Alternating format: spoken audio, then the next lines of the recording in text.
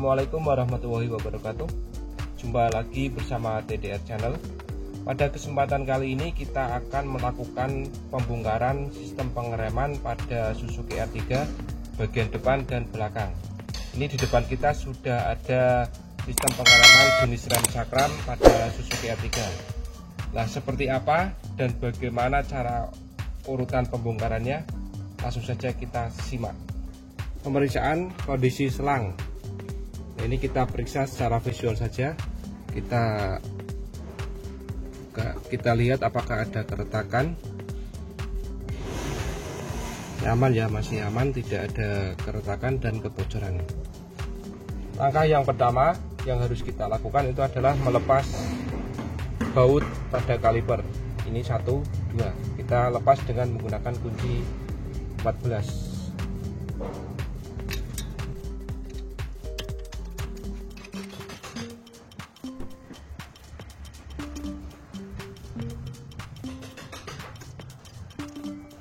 Setelah baut terlepas, kita bisa menarik kaliper. Ini sudah kita lepas kalipernya. Kemudian kita gantungkan kaliper di sini dengan menggunakan kawat seperti ini. Kita bentuk S. Kita gantungkan, kita masukkan ke sini. Nah, seperti itu. Setelah kaliper kita lepas, yang selanjutnya kita memeriksa strip pin ini. Nah, strip pin ini harus bergerak bebas, tidak macet, artinya bisa maju mundur. Yang bagian atas aman, tidak ada masalah. Terus kita cek yang bagian bawah. Ya, ini yang bagian bawah macet, tidak bisa bergerak maju mundur. Nanti kita harus membongkar dan membersihkan bagian dalamnya, kemudian kita berikan grease atau pelumas. Yang berikutnya kita melepas kampas rem atau dispet dengan cara menarik seperti ini ke bagian luar.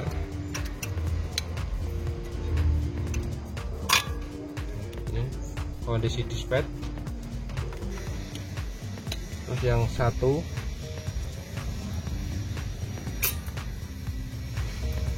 kita harus bersihkan terlebih dahulu.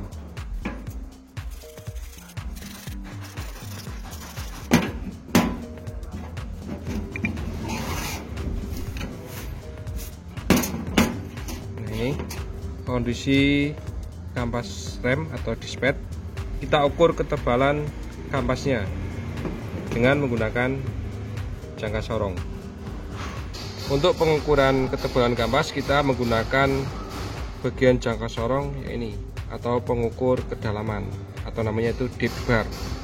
Nah, caranya kita tempelkan pada bagian kampas seperti ini, terus tegak lurus dan tidak boleh miring. Kemudian setelah dirasa pas pengukurannya, kita kunci jangka sorongnya, kemudian kita baca hasilnya. Untuk membaca hasil jangka sorong, silahkan kalian bisa melihat video kita sebelumnya, itu ada cara membaca jangka sorong. Untuk hasilnya 3,60. Jadi kesimpulannya kampas rem masih bisa kita pakai karena batas limitnya itu adalah 1,0 mm. Dan selanjutnya kita periksa ketebalan disc brake dengan menggunakan alat offset micrometer. Nah, ini skalanya 0 sampai 25 mm. Nah, ini alatnya. Sebelumnya ini sudah saya kalibrasi ya, jadi ini berada di 0. Nah, sudah 0. Untuk pengukuran disc brake nanti kita ukur kira-kira 1 cm dari bibir disc brake, berarti sekitar di sini. Nah, alatnya kita masukkan ini, terus kita rapatkan. Setelah dirasa pas,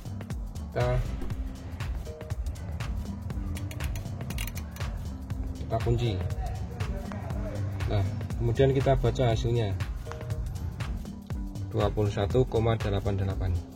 Untuk cara membaca mikrometer silahkan bisa dilihat di video saya yang sebelumnya. Yang selanjutnya kita periksa run out atau keolengan dari disc brake. Ini dengan menggunakan alat dial indikator. Nah, alat ini kita tempelkan di bagian shockbreaker seperti ini.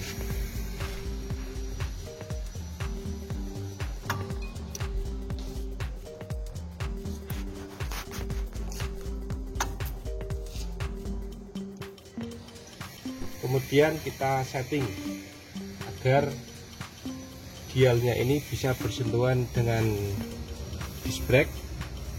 Untuk memaksimalkan hasil pengukuran, alangkah baiknya kita pasangkan baut pengikat dari disc brake-nya.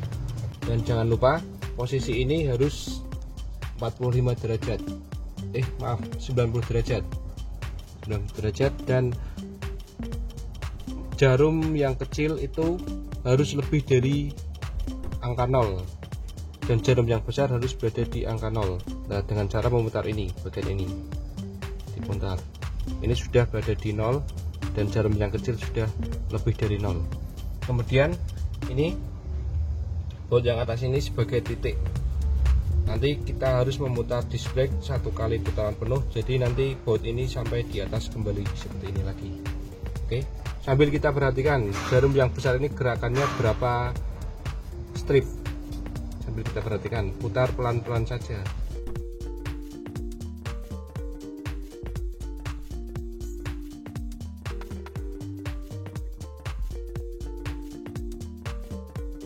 Dua strip.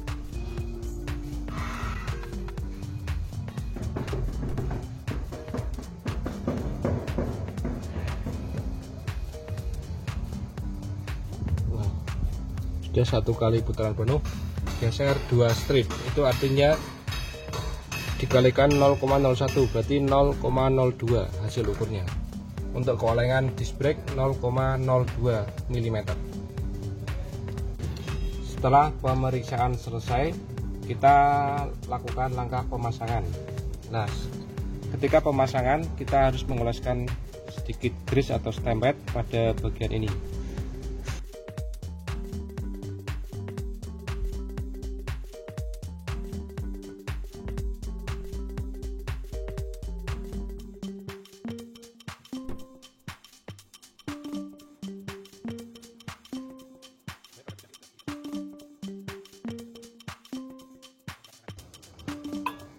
Cara masangnya, posisikan masuk seperti ini miring, terus kemudian kita putar ini. Yang satunya satu part dikasih tempet bagian atas ini.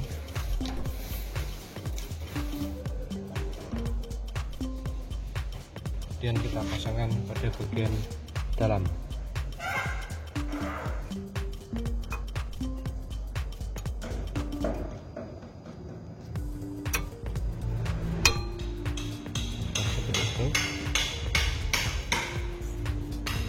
Selanjutnya kita pasangkan kalipernya.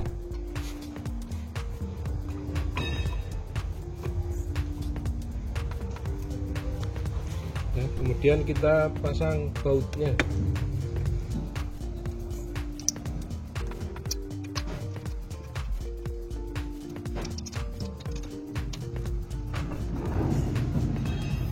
Jangan lupa kita periksa karetnya ini apakah ada yang sobek, dan pastikan sudah menutup sempurna agar air itu dan debu tidak bisa masuk bagian bawah dan atas.